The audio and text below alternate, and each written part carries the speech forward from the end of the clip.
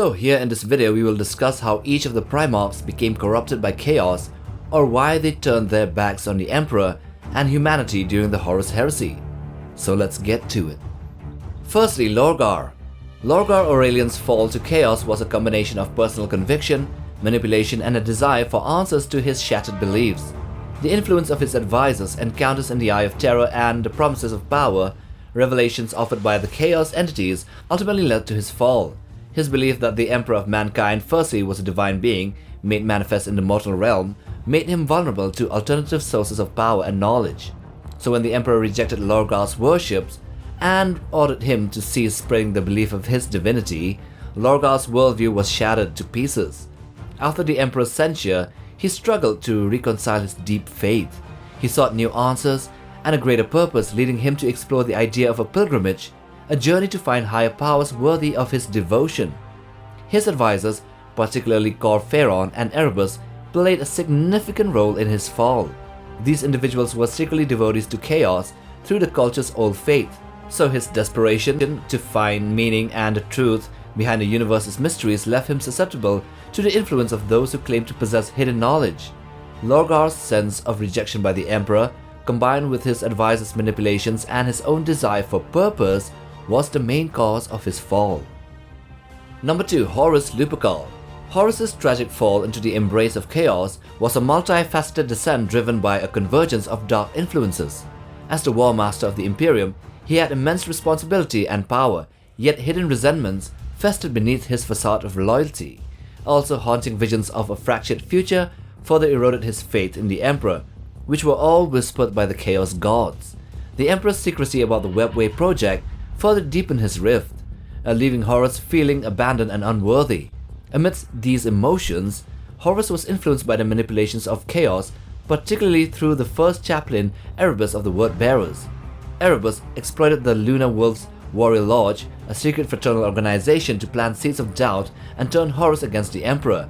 So in the feral Wall of Davin, Horus, while fighting a chaos-mutated governor called Eugene Tember, he was struck by a Nurgle blade called the Kynenbrak Anatheme, who was placed in the governor's hands secretly by Erebus himself. So Horus was mortally wounded by the blade, unable to recover or be healed, even by the best of the Imperium's medical scientific knowledge. He was only brought up back again by sorcery and unholy healing. The cultists involved in that warped his mind, offering him visions of an alternate future where the Emperor's rule had become tyrannical. So in this desperate state, he made a pact with the Chaos Gods to be their champion. Number 3. Magnus. Surprisingly, Magnus the Red, probably the most powerful psyker next to the Emperor and Malcador the Sigillite, was a Primarch that really loved his father and humanity. His fall into chaos was a story of manipulation, poor decision-making, and desperation. So after his psychic visions foresaw Horus's corruption and the impending civil war, the Horus Heresy, Magnus tried to warn the Emperor via sorcery, breaching the Emperor's psychic wards and causing unintended havoc, unleashing demons into the Webway project that the Emperor was trying to recreate. This reckless action led to his father's fury and an order to bring Magnus into account for transgressing against the Edict of Nicaea. The Big E sent forth Russ to bring Magnus in for questioning, but Horus on the way manipulated the order into that of execution. Magnus's decision to seek Zinja's aid was driven by desperation to fix his mistakes and protect his legion.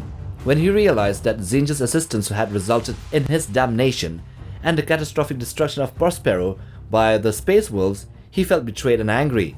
And as he battled Leman Russ, the Space Wolves Primarch got the upper hand, broke his back, and at that moment he was offered a choice by Zinj: salvation for himself and his legion or death in exchange for loyalty. Facing annihilation and believing that he had been wronged by the Emperor, Magnus chose to save his legion and himself, thereby sealing their fate and him becoming a demon Primarch of Zinj. Number 4. Perturabo. His fall to chaos was a result of a combination of factors, including his growing bitterness, resentment, and a sense of neglect by the Imperium, as well as manipulation by chaos. Perturabo's sense of being unappreciated and misunderstood by his fellow Primarchs and the Imperium itself created a deep-seated bitterness within him. Despite his legion's contributions immensely, he felt that they were often assigned to grueling and thankless tasks. such as garrisoning duties and siege warfare, without receiving the recognition he believed they deserved. This sense of neglect fed into his growing disillusionment with the Emperor's vision. His rivalry with Rogal Dorn as well also played a crucial part. Both Primarchs shared many similarities, yet their personalities clashed, leading to tension and animosity. The rebellion on his homeworld Olympia marks a turning point for Mortarion. He brutally suppressed the rebellion, causing a mass genocide on his own people. This act of extreme violence shattered his moral compass and deepened his feelings of guilt and self-loathing. So, with committing genocide on his own homeworld and his jealousy of Rogal Dorn being appointed the Praetorian of Terror, he joined Horus, believing that he was the one that was betrayed and he would get recognition with the traitors. Number 5. Fulgrim. The Phoenician's fall was a tragic event, a gradual one, and not really of his own fault, unlike the other Primarchs. Fulgrim's initial fall from grace can be traced back to the 3rd Legion's expedition to the Xenos planet of Laren. Unbeknownst to them, the Lero species on the planet were corrupted worshippers of Slaanesh, the chaos god of pleasure. During his conquest, Fulgrim and his Astartes discovered a temple dedicated to Slaanesh containing a demon blade called the Blade of Lair that served as the vessel for a greater demon of Slaanesh. Fulgrim claimed the blade, which began to exert corruption influences on him slowly by slowly. The blade whispered seductive promises and desires into Fulgrim's mind, continuously day by day exploiting his ego, ambition and desire for perfection. The demon blade manipulated Fulgrim's thoughts, making him more susceptible to the allure of chaos and the pursuit of self-obsession. The whispers of Slaanesh guided Fulgrim towards embracing chaos and rejecting the Emperor's ideals. Fulgrim's fall was facilitated by the fact that the other Primarchs were already turning to chaos, notably Horus, who was already swayed by chaos after being wounded by a chaos-infected weapon as well. His fall was ultimately solidified when Fulgrim slew Ferrus Manus using the power of the demon-infested Lair blade, killing his brother, his beloved brother, and not being able to forgive himself, so that's the desperation that would turn anyone to chaos. Number 6. Mortarion. Mortarion had harbored a deep-seated resentment towards the Emperor since his youth on the death world of Barbarous. Mortarion's adoptive father, the tyrant called Necaer, was a psyker and necromancer who ruled through sorcery, and this led to Mortarion's hatred of psychic powers and his desire to eradicate sorcery from the galaxy. The Emperor's use of psychic abilities to create the Primarchs, including Mortarion, and the treatment of Magnus the Red further fueled Mortarion's distrust. He also had a strong relationship with the War Master Horus during the Great Crusade. Mortarion felt a kinship with Horus, who understood and appreciated his martial prowess and the Death God's resilience in battle. Horus exploited Mortarion's hatred of sorcery and psychers to persuade him that the Imperium should be purged of these corrupting influences. Horus promised Mortarion that by joining his cause, they could rid the galaxy of psychic taint and build a new order where the strong and uncorrupted would rule. Lastly, with blatant hypocrisy, Callus Typhon, Mortarion's first captain and secret follower of chaos, manipulated his Primarch and the Death God into embracing the ruinous powers, therefore embracing psychic energies into himself and his legion, which was kinda stupid. Number 7. Angron. Angron's betrayal of the Emperor was the culmination of his traumatic past.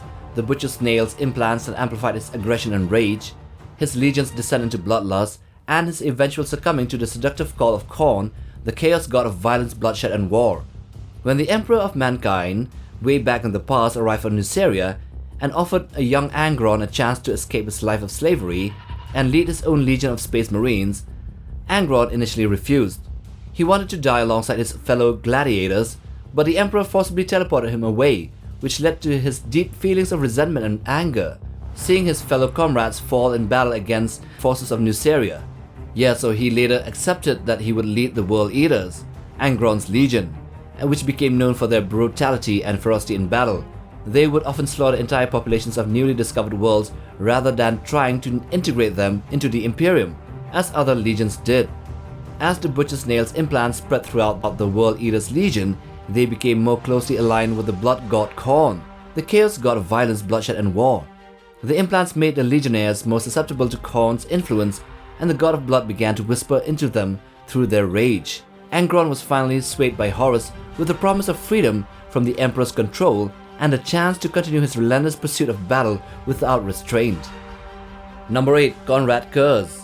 Conrad Curse's tragic fall to traitor status was a culmination of his traumatic past, his psychic abilities, his distorted sense of justice, and the allure of Horus's rebellion. Growing up in the depths of Nostramo's darkness, Curse was forced to become a vigilante killer to protect his family and himself. This brutal upbringing ingrained in him a twisted sense of justice, where he believed that extreme violence was the only way to maintain order. Curse's visions of a grim future deeply affected him. He believed that he was destined to become a monster and that his actions would lead to death and destruction. This belief contributed to a fatalistic worldview where he felt that he had no choice but to embrace the role of a terror-inspiring killer, thus fulfilling the very prophecies he sought to avoid. The turning point was a vision of his own death at the hands of an assassin sent by the Emperor. Unlike the Emperor's complete foresight, Curse's abilities were limited and only showed him the bleakest and most violent outcomes.